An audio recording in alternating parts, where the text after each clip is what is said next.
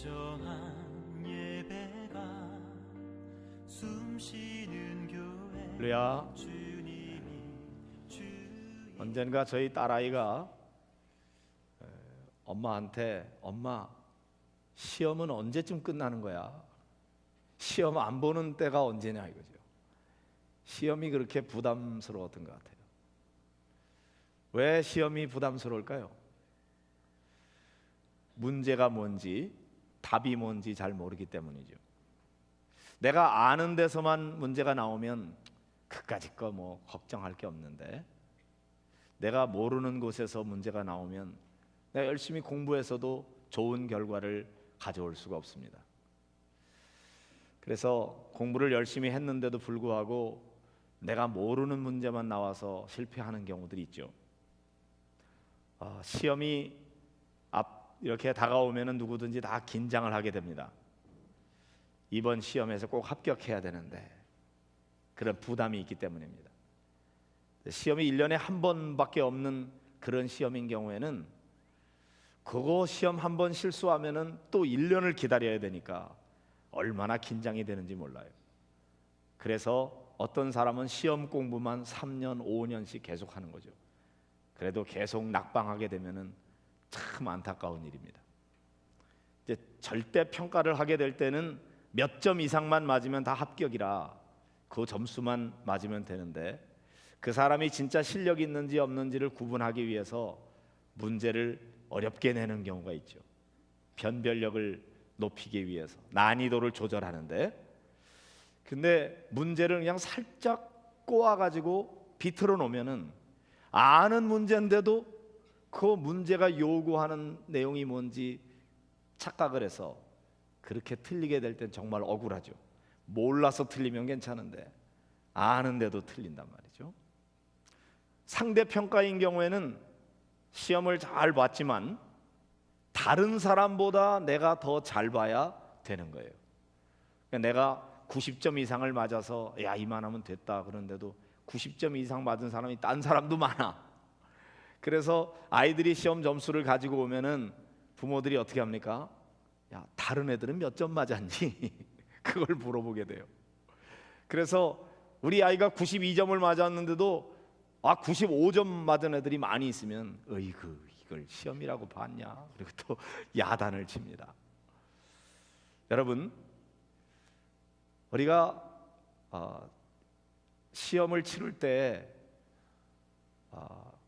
어떻게 이런 시험을 잘 우리가 치를 수 있는가 하는 거는 누구든지 뭐 열심히 공부해서 모르는 문제 없도록 만들면 좋은데, 그렇게까지 완벽하게 하는 사람이 어디 있겠어요? 근데 우리 교회에서도 이제 삶 공부를 하면은 공부가 마치고 난 다음에 제일 마지막 시간에는 시험이 있습니다. 그러니까 사람들에게 삶 공부 들어오라 그러면 그 시험 때문에 겁나서 공부 못 하겠다는 거예요. 근데 여러분 걱정할 게 하나도 없습니다. 왜냐하면은 제가 시험 치르기 전에 문제 다 가르쳐 드리고 답도 다 가르쳐 드리고 한자도 틀리지 않냐고 똑같이 시험 문제를 냅니다. 그렇기 때문에 걱정할 게 없는 거죠. 그러면 그런 시험 뭐하러 봅니까? 그래요. 왜 그런 시험 볼까요? 그 시험을 통해서 그동안에 공부한 것들을 한번 쭉 총정리하는 의미가 있고, 그 다음에는 사람들로 하여금 성취감을 갖게 해주고 싶은 거예요. 70대 중반의 그런 어른들도 시험을 봤을 때 막 95점, 96점 이렇게 맞으면요, 내가 이 나이에 이런 점수를 얻었다고 얼마나 자랑스러워하는지 저는 그렇게 해주고 싶은 거예요. 근데 제가 이거 어디서 배웠는 줄 아세요? 하나님한테 배웠어요. 하나님이 시험 문제를 낼 때 보니까 하나님이 그렇게 하시더라고요. 문제 다 가르쳐 주시고요, 답도 다 가르쳐 주시고, 그리고는 꼭 정답만 쓰도록 하나님이 그렇게 우리에게 시험 문제를 내신답니다. 왜 그렇게 하실까요? 한 사람도 불합격시키고 싶지 않은 거예요. 하나님은 한 사람도 하나님의 시험 문제 앞에 틀리는 사람이 없기를 바라는 거예요. 그래서 미리 다 알려주시는 겁니다. 그런데도 안타깝게 시험 문제를 틀리는 사람이 있습니다. 몰라서 틀리는 게 아니에요. 고집스러워서, 미련해서, 안 믿기 때문에 그런 안타까운 일들이 있는 거죠. 여러분, 이스라엘의 역사를 보면은 하나님께서 그들에게 내셨던 여러 가지 문제들 속에서 그들이 뻔히 아는 문제인데도 틀렸던 때가 많이 있었던 것을 우리가 알 수가 있습니다. 자, 언젠가 칭찬합시다 하는 TV 프로그램이 있었어요. 지금은 안 하죠. 누군가 이렇게 친절을 베풀어주고 좋은 일 한 사람, 그 사람을 기억해서 칭찬합시다 하는데 추천을 하면요, 사람들이 가가지고 그 사람이 진짜 칭찬받을 만한 사람인지 검증하는 절차를 밟습니다. 그래서 인위적으로 어떤 상황을 만들어 놓고 그 다음에 그 사람이 어떻게 반응하는지. 그런데 이렇게 보면은 역시 칭찬받을 만큼 일반적인 사람들은 그렇게까지 친절을 베풀지 않을 텐데, 그 칭찬의 주인공은 특별히 칭찬을 받을 만한 일을 하는 거죠. 그리고 또 그런 사람이 이렇게 다른 사람에게 베풀고 나누는 일도 잘하고, 그래서 역시 이 사람은 칭찬받을 만한 사람입니다. 그리고 그 사람에게 막 선물도 주고 그런 일들을 했습니다. 칭찬합시다에 나온 얘기는 아닌데, 제가 최근에 이렇게 인터넷에서 뉴스를 하나의 사연을 본 게 있어요. 여러분에게 소개를 해드릴게요. 이달 초에 신협 중앙회장, 신용협동조합의 중앙회장으로 있는 장태종 회장님에게 신협과 거래하는 조합원의 딸이라고 자기를 소개하면서 김미자라고 하는 분이 장문의 편지를 보내왔답니다. 자기 어머니에게 친절을 베푼 신협 직원이 있는데 그 사람의 이름도 모르고 전화번호도 모르고 근무지도 모르고 이 사람을 찾아달라는 거예요. 근데 차 번호가 이렇습니다. 차 번호만 알고 있는 거예요. 그 딸이 보낸 편지의 사연과 함께 10,000원짜리 넉 장을 함께 넣어서 거기에 편지를 보내왔습니다. 자, 이 딸의 어머니는요, 무슨 일을 하는 사람이냐면은 리어카를 가지고 폐지를 모아서 그것을 파는 일을 하는 거예요. 근데 이 무더운 여름에 나가서 열심히 땀 흘려 가지고 그렇게 수고해서 하루 돈을 받았는데 34,000원 벌은 거예요. 근데 어떻게 하다가 그만 34,000원을 잃어버렸어요. 이 어머니가 딸한테 전화를 했는데 막 울면서 전화를 하는 거예요. 딸이 가보니까 상황이 그런 거예요. 그래서 어머니, 그냥 잃어버렸는데 잊어버리고요, 너무 그렇게 애쓰지 마세요. 그러면서 어머니를 위로해 드리려고 했지만 어머니는 그냥 리어커를 세워놓은 채 넋이 다 나가가지고 눈물을 흘리면서 그 돈 잃어버렸다고 안타까워하는 겁니다. 근데 바로 그 옆에 지나가던 그 마천 신협을 들어가려고 하던 한 30대의 남성이 걸음을 멈추고 울고 있는 이 모녀를 보고서는 와서 왜 우느냐고 물어본 거예요. 이게 사정 얘기를 하니까 그러냐고. 그리고는 이 남자가 슈퍼마켓에 가서 돈을 잔돈으로 바꿔왔습니다. 그리고 34,000원을 어머니에게 건네주면서 제가요 조금 전에 여기서 주었어요. 거짓말을 한 거예요. 딸이 볼 때는 저게 거짓말이라는 게 뻔해. 그런데도 어머니는 눈치를 못 채고 돈 다시 되찾았다고 좋아가지고 어쩔 줄을 모르는 겁니다. 그래서 이 딸이 그 남자에게 감사하다고 전하면서 왜 이렇게 하느냐고 이유를 물었답니다. 그랬더니 그 남자가 나의 어머니 생각나서 그렇게 한대요. 도와드리고 싶어서 한 거니까 너무 부담스럽게 생각하지 말라고. 그러면서 어머니께서 신협 통장을 가지고 있는 걸 제가 봤습니다. 저렇게 땀 흘리고 수고해서 번 돈, 제가 근무하는 신협과 거래하고 있으니 이런 어머니 때문에 제가 월급 받고 사는 거 아닙니까? 그래서 오히려 제가 고맙습니다. 이렇게 인사를 하더라는 것이죠. 이제 이 딸은 그때 받은 은혜를 보답하기 위해서 며칠이 지난 다음에 그 마천 신협을 찾아갔습니다. 그리고 그 사람을 찾았더니 그런 사람은 여기서 근무하지 않는데요. 그 사람을 어떻게 찾으면 좋습니까? 그렇게 얘기하니까 그 사람은 여기 직원이 아닌데 농협중앙회에 혹시 연락을 하면은 수소문하면은 찾을 수도 있을지 모르겠다. 그래서 이 여인이 농협중앙회 회장에게 사연과 함께 편지를 보냈다는 것입니다. 그 편지의 내용 가운데는 그때 받았던 34,000원 주인 찾아서 꼭 돌려주라고 그러면서 고마운데 나의 작은 성입니다. 6,000원을 보태가지고 식비로 좀 음식이나 한 끼 대접하고 싶다고. 그래서 4만 원을 동봉했으니까 꼭 그 사람을 찾아서 그 사람에게 전해달라. 이런 부탁의 편지였습니다. 그러면서 이 딸이 우리 어머니께서 그분 덕분에 너무나 마음이 편안해지셨다고, 그분에게 정말로 감사 인사를 전하고 싶다고 이렇게 편지를 낸 겁니다.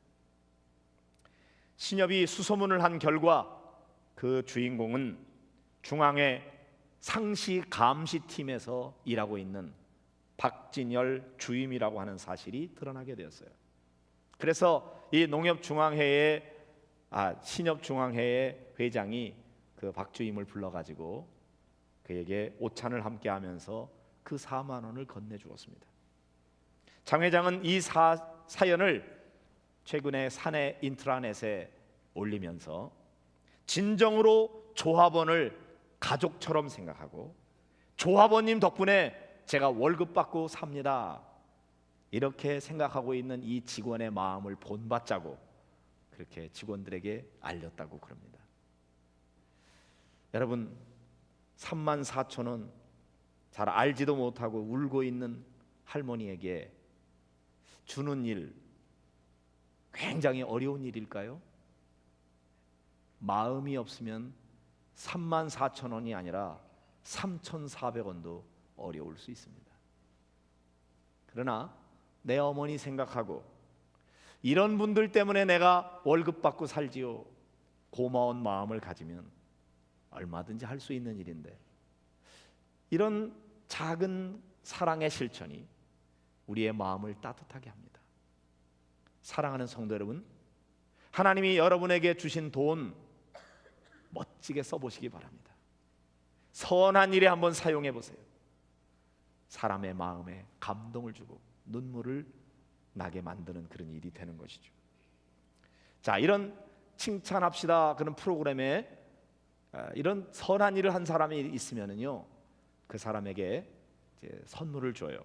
예전에 보니까 트럭에다가 트럭 옆을 이렇게 올리면은 거기에 1번, 2번 이렇게 해놓고 1번 뒤에는 때로는 뭐 TV 한 대, 2번은 뭐 세탁기 한 대, 3번은 쌀 10가마 뭐 이런 거 해놓고 몇 번에 뭐가 있는지는 안 알려주고 택하라 그럽니다.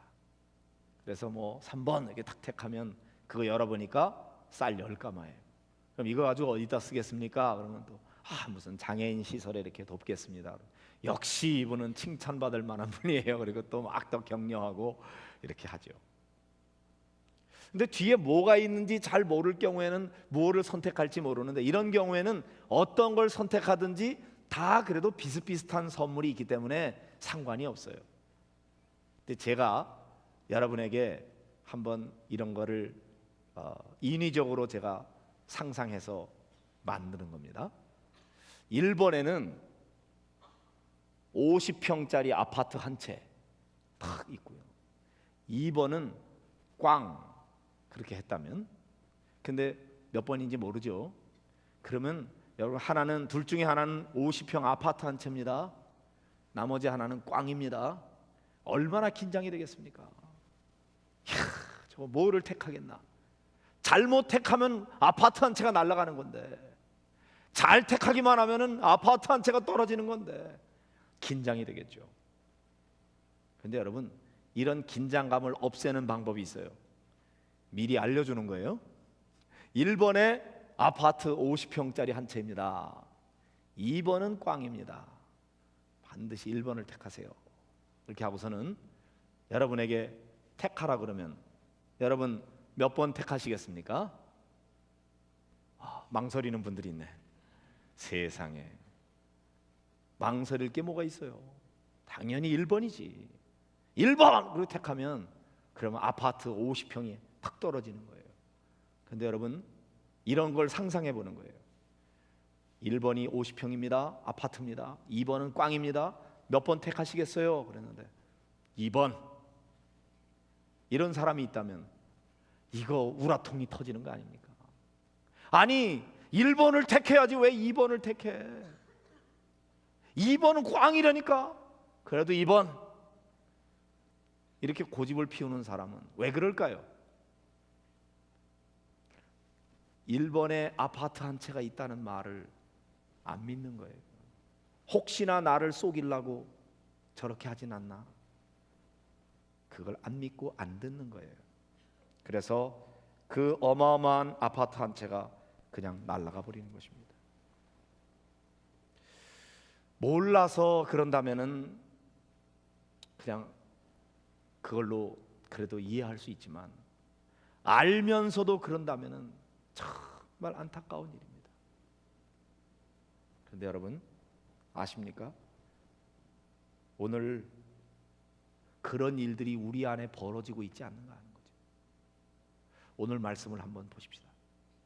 여러분 잘 알다시피 오늘 신명기의 말씀은요, 하나님께서 이스라엘 백성들을 가나안 땅에 들어가기 전에 지금 광야에 있는 백성들에게 하시는 말씀인데, 너희들이 장차 가나안 땅에 들어가게 될 것이다.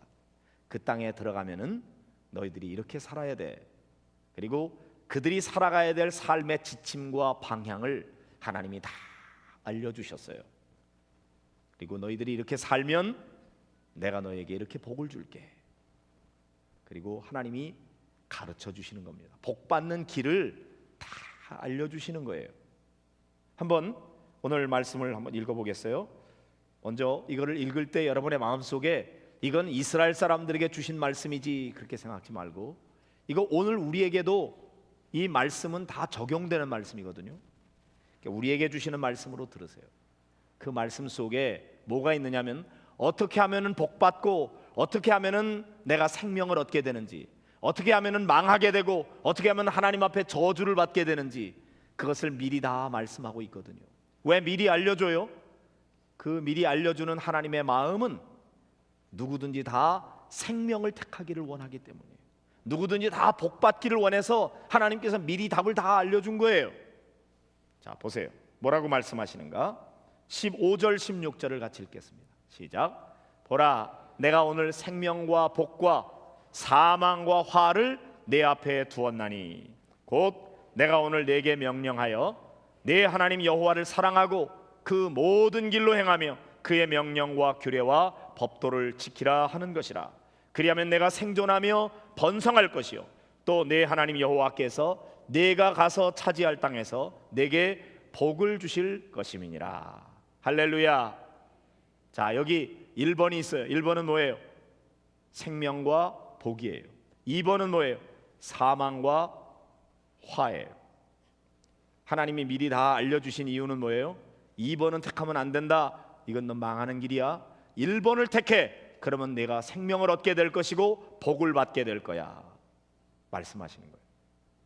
생명과 복을 받게 되는 비결은 무엇입니까? 구체적인 내용은 보니까 첫째는 하나님을 사랑하라는 것이다. 하나님을 사랑하라. 그러면 내가 복을 받게 될 거야. 두 번째는 그분의 말씀, 곧 그분의 명령과 법도와 규례를 지키라 하는 것이다. 그러면 어떻게 하신다고요? 내가 그 땅에서 번성하게 될 것이다. 내가 복을 받게 될 것이다. 이것을 미리 다 가르쳐 주셨습니다. 하나님께서 답을 가르쳐 주시고는, 그리고는 요것을 선택하지 않을까 봐 또 염려가 돼서 반대 경고를 하시는 거예요. 요거는 택하면 안 된다. 그리고 말씀하시는 게 그 다음에 나오는 말씀이에요. 17절 18절을 읽어보겠습니다. 시작. 그러나 내가 만일 마음을 돌이켜 듣지 아니하고 유혹을 받아 다른 신들에게 절하고 그를 섬기면 내가 오늘 너희에게 선언하노니 너희가 반드시 망할 것이라. 너희가 요단을 건너가서 차지할 땅에서 너희의 날이 길지 못할 것이니라 그랬어요. 자, 이건 택하면 안 돼. 왜? 그건 내가 망하는 길이니까. 반드시 망하는 거야. 네가 하나님을 잊어버리고 다른 신들을 섬기고 그런 신들에게 절하면 너는 반드시 망한다. 그러니 그 길은 택하지 말아라. 엄하게 하나님께서 경고하시는 말씀입니다. 자, 하나님의 마음이 여러분에게 전달이 되십니까? 하나님께서 여기 생명으로 가는 길이 있어. 이거는 사망으로 가는 길이야. 너희들이 이 생명으로 가는 길을 택하면 내가 너희에게 복을 줄 거야. 내가 번성하게 될 거야. 내 길이 잘 될 거야. 그러나 이 길을 택하면 너희들은 망하게 된다. 반드시 망하는 거야. 내가 죽을 거야. 이 길은 절대 택하면 안 돼. 알았지? 알아들었지? 그런데 여러분, 역사적으로 볼 때 정말 안타까운 것은 이스라엘 백성들이 목이 곧은 백성이라 하나님께서 이 길을 택하면 안 된다. 그리고 그렇게 엄하게 경고하고 하나님께서 명령하셨는데도 불구하고 이스라엘 백성들은 가지 말라고 한 길을 선택합니다. 가나안 땅에 들어가서 이방신 섬기고 우상을 섬기는 일을 서슴지 않았어요. 하나님 말씀대로 살지 않았어요. 결국은 하나님 앞에서 진노를 받게 되고 나라가 멸망을 당하게 되고 그들이 남의 나라의 식민지로 끌려가게 되고 그런 일을 당하게 됐습니다. 얼마나 안타까워요. 근데 더 안타까운 게 있습니다. 그런 이스라엘의 역사를 통해서 우리에게 말씀하시거든요. 이스라엘의 역사를 봐라. 내가 말한 대로 되지 않았냐? 그러니 너희들은 절대 이스라엘 백성들의 역사를 반복해서는 아니 되느니라. 그리고 우리에게 너희는 생명을 택하라. 하나님을 사랑하라. 말씀을 가까이 하라. 주의 법도와 명령을 따라 순종하며 살아라. 그러면 너희가 복을 받게 될 것이니라. 그러나 만약 너희들이 여전히 이스라엘 백성들처럼 내 말 듣지 아니하고 우상을 섬기고 이방신을 섬기고 내게서 떠나가면 너희들은 반드시 망하게 될 거야. 지옥이 너희들에게 기다리고 있어. 그러니 이 길은 절대 선택하면 안 된다. 그렇게 하나님께서 엄명을 하고 계신데도 불구하고 계속해서 그래도 나는 2번 이렇게 고집을 피우고 있는 사람들이 많이 있다는 것입니다. 얼마나 안타까운지. 하나님이 문제를 어렵게 내가지고 비비 꼬아서 문제가 무엇인지 못 알아듣게 하고 답이 뭔지 몰라서 틀리게 만드는 분이 아니고 뻔히 문제를 다 알려주시고 답도 다 알려주시고 어떻게 하면 복 받는지 어떻게 하면 생명을 얻는지 다 알려주셨어요. 어떻게 하면 안 되는지도 다 가르쳐 주셨어요. 그리고 반드시 너희들은 생명을 택하라 복을 택하라고 말씀하세요. 그런데도 불구하고 사람들은 계속해서 그래도 2번. 얼마나 안타까운 일인지 모르겠어요. 아담과 하와를 보세요. 아담이 하와가 저 선악과를 따먹지 말라고 한 하나님의 말씀을 몰라서 따먹었습니까? 하나님께서 너희가 이거를 먹는 날에는 너는 정녕 죽으리라 말씀하셨어요. 사탄은 와가지고 내가 결코 죽지 아니하리라. 오히려 내 눈이 밝아져서 내가 하나님처럼 될 거야. 하나님의 말씀을 하나님의 말씀으로 받아들이지 못했어요. 사탄의 말에 마음을 빼앗겼어요. 하지 말라고 한 것을 따먹게 되었던 것이죠. 오늘날도 마찬가지예요. 성도 여러분, 여러분들은 어떻게 해야 생명을 얻고 어떻게 해야 복을 받는지 몰라서 잘못된 길을 택하십니까? 진정 모르십니까? 생명을 택하는, 생명을 얻는 길은 하나님을 사랑하라. 하나님의 말씀대로 살아라. 이웃을 사랑하라. 하나님을 가까이 하라. 말씀을 가까이 하라. 그 말씀에 순종해라. 기도 많이 해라. 모이기에 힘써라. 하나님께서 수도 없이 반복해서 말씀하십니다. 그런데도 불구하고 네가 아무리 그렇게 얘기해봐, 나는 내 멋대로 살 거야. 내 하는 대로 내버려둬. 하나님을 더 가까이 하지도 않고 새벽마다 하나님은 기다리시는데도 여전히 잠들어 있고 모이기에 힘쓰라고 하는데도 불구하고 모이기를 게을리하고 그러면서 복받기를 원하고 있습니다. 복받을 짓을 해야 복을 받지. 하나님이 복받을 길을 다 알려주시고 이렇게 하면 복을 받아. 그렇게 해봐 말씀하시는데도 불구하고 나는 내 멋대로 사는 거예요. 문제가 뭔지 답이 뭔지 몰라서 그런 게 아닙니다. 다 알고 있는데도 불구하고 그 말씀이 믿어지지 않는 거예요. 나는 아는 줄 알죠. 사실은 모르고 있는 거예요.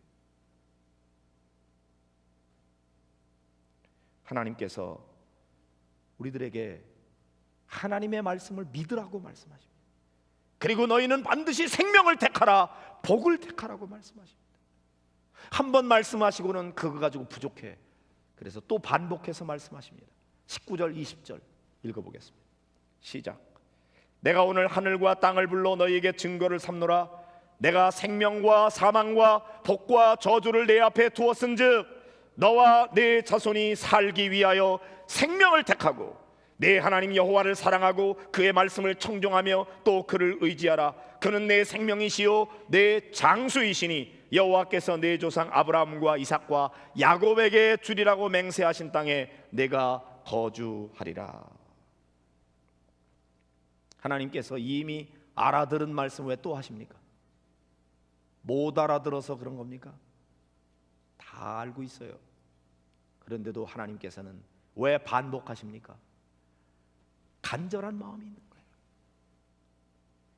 너희들 반드시 생명을 택해야 돼. 사망을 택하면 안 돼. 너희들 반드시 복 받는 길을 택해야 돼. 화를 택하면 안 돼. 내가 또 다시 얘기하는 거야. 다시 강조하는 거야. 하나님이 얼마나 반복해서 말씀하십니까? 여러분 성경을 잘 읽어보세요. 하나님은요 어떤 특성을 가지신 분인지 아세요? 하나님은요 한 소리 또 하고 한 소리 또 하고 한 소리 또 하고 지겹도록 똑같은 말씀을 반복하십니다. 무슨 말씀이에요? 말씀대로 순종하며 살아라. 하나님을 사랑해라. 하나님 사랑하는 마음으로 이웃을 사랑해라. 그러면 너희가 복을 받게 될 것이다. 그런데 우리는 어떻게 생각합니까? 다 아는 얘기 왜 자꾸 합니까? 하나님은 네가 진짜 아니? 진짜 안다면 네가 이것을 택해야지. 머리로는 아는 것 같은데 실제로는 나는 잘못된 걸 택하고 있어.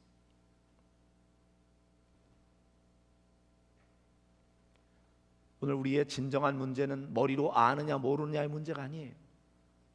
그렇게 내가 선택했느냐, 그렇게 믿고 그렇게 사느냐의 문제예요. 머리로 아는 것만 가지고는 아는 게 아니에요. 그렇게 실천해야 되는 거예요. 하나님 아버지의 마음으로 여러분들에게 제가 말씀드립니다. 하나님을 더 사랑하십시오. 살기 위하여 생명을 택하십시오. 하나님 앞에 더욱 엎드려 기도하십시오. 하나님의 말씀을 깊이 묵상하십시오. 하나님의 말씀에 순종하십시오. 이웃을 더 많이 사랑하십시오. 여러분의 가진 것을 나누십시오. 거기에 생명이 있습니다. 거기에 복 받는 길이 있습니다. 더 하나님 앞에 열심히 모여서 말씀에 귀를 기울이고 순종하십시오. 고백적으로 일기처럼 쓴 내용을 하나 읽어드리겠습니다. 초등학교를 어렵게 졸업한 뒤 나는 농사꾼으로 남기를 바라는 아버지께 혼자 일하면서 공부하겠다고 하는 말을 남기고 서울로 올라왔습니다. 그러나 나는 일주일이 지나도록 일자리를 구하지 못한 채 무일푼으로 이곳저곳 골목을 헤매고 다녔습니다. 그때 아주 작고 허름한 인쇄소 앞에서 만난 김씨 아저씨가 내 사정 이야기를 듣고는 우리 인쇄소에서 일하거라. 나중에 돈이 모아지면 야간 학교에 다닐 수 있게 해주마. 약속을 하셨습니다. 그날부터 나는 라면으로 끼니를 때우고 찬바닥에 스티로폼을 깔고 자면서 아저씨의 인쇄소에서 일을 했습니다. 한 달이 지나 월급을 받았을 때 얼마나 기뻤는지. 나는 라면 한 상자를 사다 놓고 나머지는 몽땅 저금을 했습니다. 공부하려고. 신이 나서 일하는 동안 또 한 달이 순식간에 지나갔습니다. 그러던 어느 날 저녁 라면 상자에 손을 넣어보니 라면이 2개밖에 없었습니다. 그 중에 한 개를 꺼냈는데 다음 날 신기하게도 라면 2개가 그대로 있었습니다. 분명히 어제 하나를 끓여 먹었는데 생각을 하고 고개를 갸웃거리며 또 하나를 꺼냈습니다. 그러나 다음 날도 여전히 라면은 2개가 남아 있었습니다. 정말 이상한 일이었습니다. 그렇게 며칠이 지나 곰곰이 생각해 보니 나는 라면 한 상자를 가지고 벌써 1달 이상을 먹은 것이었습니다. 다음 날 나는 일부러 하루 종일 라면 상자가 있는 쪽을 바라보면서 일을 했습니다. 퇴근 무렵 아저씨가 나를 불러 가게에 갔다 오라고 심부름을 시키기에 인쇄소 밖에 나와서 유리창 너머로 슬쩍 라면 상자를 쳐다보았습니다. 그러자 슬금슬금 아저씨가 눈치를 보다가 내 라면 상자에 가까이 가서 품속에 가지고 있던 라면 하나를 꺼내서 라면 상자 속에 집어넣고 흥얼흥얼 노래를 부르면서 걸어 나오셨습니다. 어린 4남매, 병든 아내와 함께 월세 단칸방에 살고 계시다는 김씨 아저씨. 나는 그날 아저씨의 심부름을 잊은 채 인쇄소 옆 골목에 쭈그리고 앉아서 한참을 울었습니다.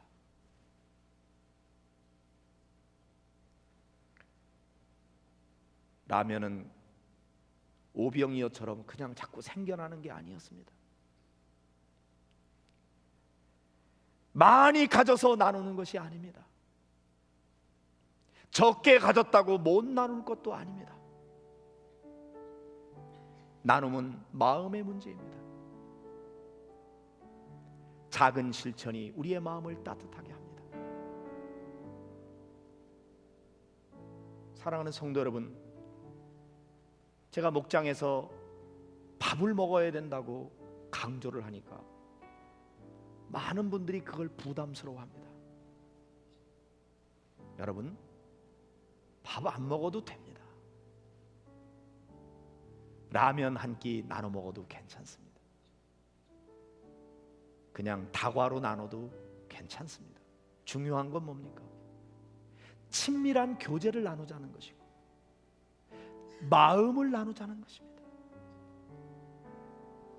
여러분이 엄청난 걸 나누지 않아도 괜찮아요.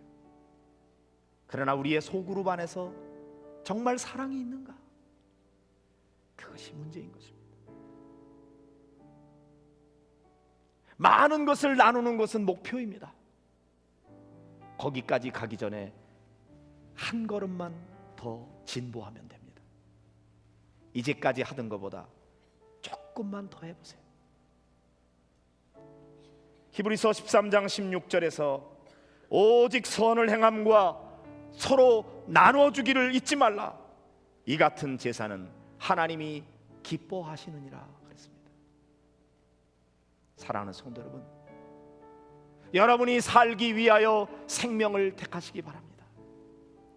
여러분이 진정으로 복받기 위하여 하나님의 말씀에 순종하시기를 바랍니다. 하나님을 더 가까이 하십시오. 하나님 앞에 엎드려 더 깊이 기도하십시오. 하나님 아버지께서 주시는 마음으로 순종하십시오. 그리고 작은 것을 나누고 실천하십시오. 복받는 길은 멀리 있지 않습니다. 몰라서 못하는 것이 아닙니다. 작은 실천이 우리의 마음을 따뜻하게 하고 우리의 눈에 눈물을 흐르게 만듭니다.